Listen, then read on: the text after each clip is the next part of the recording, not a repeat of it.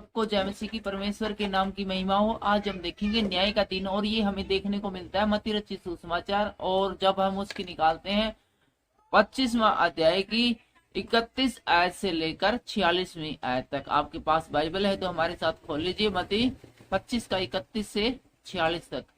हमेशा की तरह सबसे पहले इन चंद आयतों को हम उर्दू में पढ़ेंगे और फिर इसको हिंदी में पढ़ते हुए एक्सप्लेन करने की कोशिश करेंगे। उर्दू के अंदर इसका शीर्षक बड़ा सिंपलीफाई है, अदालत का दिन। ये उस दिन के बारे में है जबकि न्याय का दिन आएगा।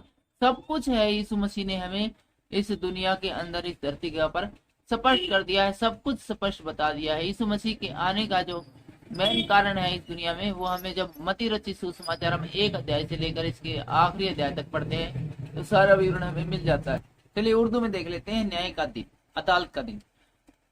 जब इब्ने आदम अपने जलाल में आएगा और सब फरिश्ते उसके साथ आएंगे, तब वो अपने जलाल के तख्त पर बैठेगा और सब कौमें उसके सामने जमा की जाएंगी, और वो एक को दूसरे से जुदा करेगा, जैसे चरवाहा भेड़ों को बकरियों से जुदा करता है, और भेड़ों को अपने दाहिने और बकरियों को अपने बाएं खड़ा करेगा।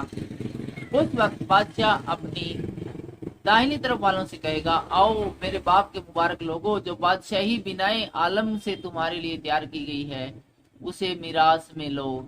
क्योंकि मैं भूखा था, तुमने मुझे खाना खिलाया, और मैं प्यासा था, तुमने मुझे पानी पिलाया। मैं परदेसी था, तुमने मुझे अपने घर में उतारा।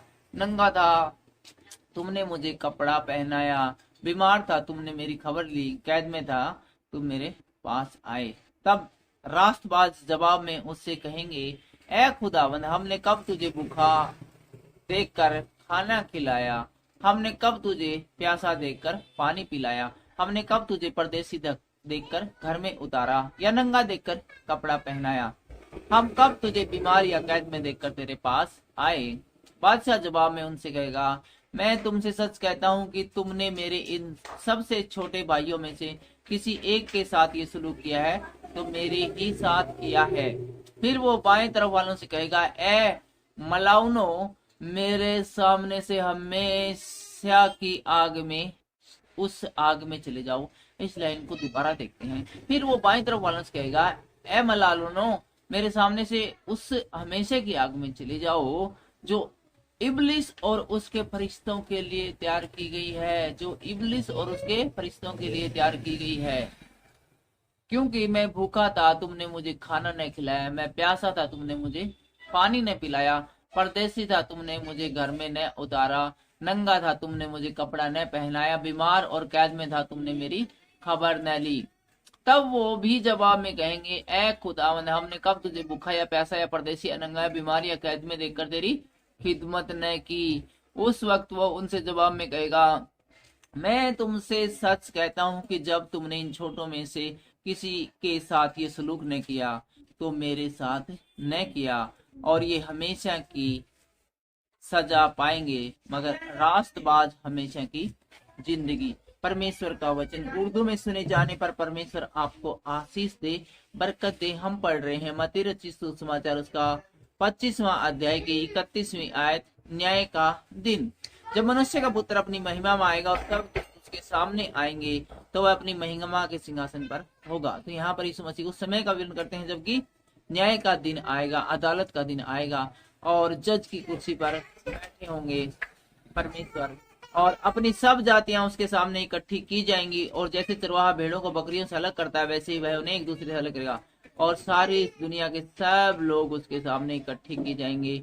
और वो फिर है यीशु मसीह है, वो जैसे भेड़ों को बकरियों से अलग किया जाता है, ऐसे ही लोगों की छटनी करेगा। वह भेड़ों को अपनी दाहिनी और बकरियों को अपनी बाईं ओर खड़ा करेगा, और आधे लोगों को एक तरफ और आधे लोगों को दूसरी तरफ है वह खड़ा करेगा। तब राजा अपनी दाहिनी ओर वालों से कहेगा, है मेरे पिता के धन्य लोगों, आओ उस राज्य के अधिकारी हो जाओ जो जगत के आदि से तुम्हारे लिए तैयार किया गया है। और जो आधे लोग हैं उनसे कहेगा कि तुम है स्वर्ग के राज्य में प्रवेश करो, क्योंकि आदि से बहुत समय से सिर्फ तुम्हारे लिए ही तैयार किया गया था। क्योंकि मैं भूखा था, तुमने मुझे खाना दिया। मैं प्यासा था, तुमने मुझे पानी पिलाया।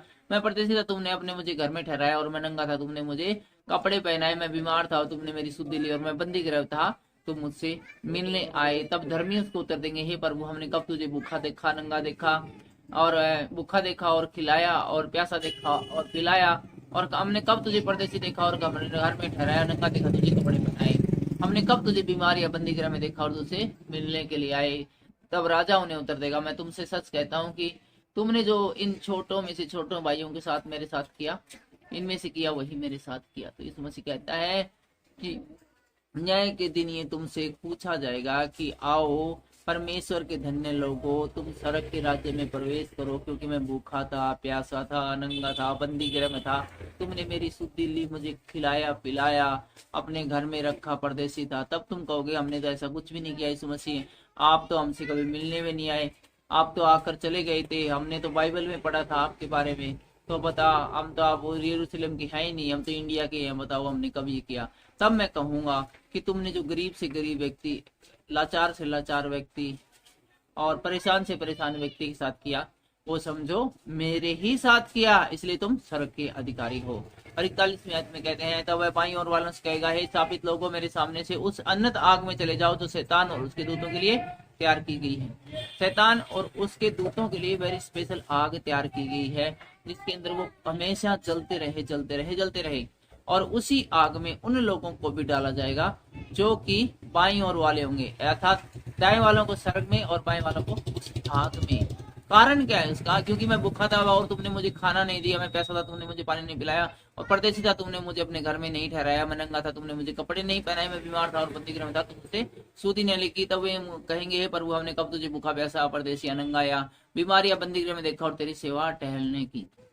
और फिर उनसे कहूंगा ना, जब तुम जाओ, मैं भूखा था, प्यासा था, नंगा था और बड़ी दिक्कत में था, तुमने ऐसे काश साइड में हो जा, अभी टाइम नहीं है, हम पहले बिजी हैं, तुमने मेरी सुधि नहीं ली, तुमने लाचार बीमार और सताए हुए लोगों का ध्यान नहीं रखा, अपनी ही खुशियों में मगन रहे, अपने आप में ही मगन रहे, और तुमने किसी भी आसपास का ध्यान नहीं रखा, और तुमने मेरा ध्यान नहीं रखा। तो मैं कहेंगे, जी हमने आपका कब ध्यान नहीं रखा, कब आपको नंगा देखा, कब आपको पैसा देखा, कब वह भूखा देखा। यीशु मसीह जी, हम तो आपको जानते ही नहीं थे, हमने तो आपके बारे में बाइबल में पढ़ा था, हम तो इंडिया में रहते हैं जहाँ आपका जन्म हुआ हुआ, हम थे ही नहीं, हम उन लोगों में शामिल नहीं। तो आप कैसे कह सकते हो जी हमने आपको खाना नहीं खिलाया, पानी नहीं पिलाया? क्या बात करते हैं इसमें से? जी आप हमें मिल जाते तो हम तो आपके वस्त्र को छूकर चंगे हो जाते हैं। और बल्कि वो इस प्रकार से है, वो यीशु मसीह कहेगा कि जो तुमने इन छोटे में से छोटों के साथ नहीं किया, वो मेरे साथ भी नहीं किया। इसलिए हमें बेहद जरूरी है कि स्वर्ग में जाने के लिए हमें सब लोगों का ख्याल रखे, लाचारों बीमारों इनका ख्याल रखे, वरना हम इनका ख्याल नहीं रखते तो हम यीशु मसीह का भी ख्याल नहीं रखते। और यीशु मसीह ऐसे लोगों को ख्याल नहीं रखता, पसंद नहीं करता, जो दूसरे लोगों का ख्याल नहीं रखते, पसंद नहीं रखता, किसी की खुशी का गम में शरीक नहीं होते। तब वह उन्हें उत्तर देगा, मैं तुमसे सच कहता हूँ कि जो तुमने इन छोटों में से किसी एक के साथ नहीं किया हुआ है, मेरे साथ भी नहीं किया। और ये अनंत दंड भोगेंगे, परंतु धर्मी अनंत जीवन पाएंगे। जो लोगों की सेवा करेंगे, हेल्प करेंगे, लोगों के जीवन को बेहतर बनाने में योगदान देंगे, ऐसे लोग ही अनंत जीवन में प्रवेश करेंगे। और जो लोगों की उन्नति में रोड़े अटकाएंगे, उनकी चुगली करेंगे, उनको आगे बढ़ने से रोकेंगे, उनके ऊपर मुकदमे दायर करेंगे, उनसे लड़ाई झगड़ा करेंगे, उनको नीचा दिखाने की कोशिश करेंगे, ऐसे व्यक्ति है वो शैतान के लिए जो आग तैयार की गई है उसमें डालेंगे। क्योंकि ऐसे लीचड़ नीच दुष्ट पापी आदमियों का है सड़क के अंदर कोई काम नहीं है। उनकी वजह से तो ये धरती भी बोझ मर रही है। इस धरती के ऊपर जो बोझ बढ़ रहा है, ऐसे ही व्यक्तियों के लिए कारण बढ़ रहा है, और इस बोझ को हल्का किया जाएगा ऐसे ऐसे आदमियों को अनंत आग में डालकर। और इनकी पीड़ाओं के द्वारा जिन लोगों को दुख कष्ट हुआ था, उनको शांति पहुंचाई जाएगी। आज का ये वचन आपके जीवन में रोशनी लाए, उजाला लाए। सबको जय मसीह की जय हिंद।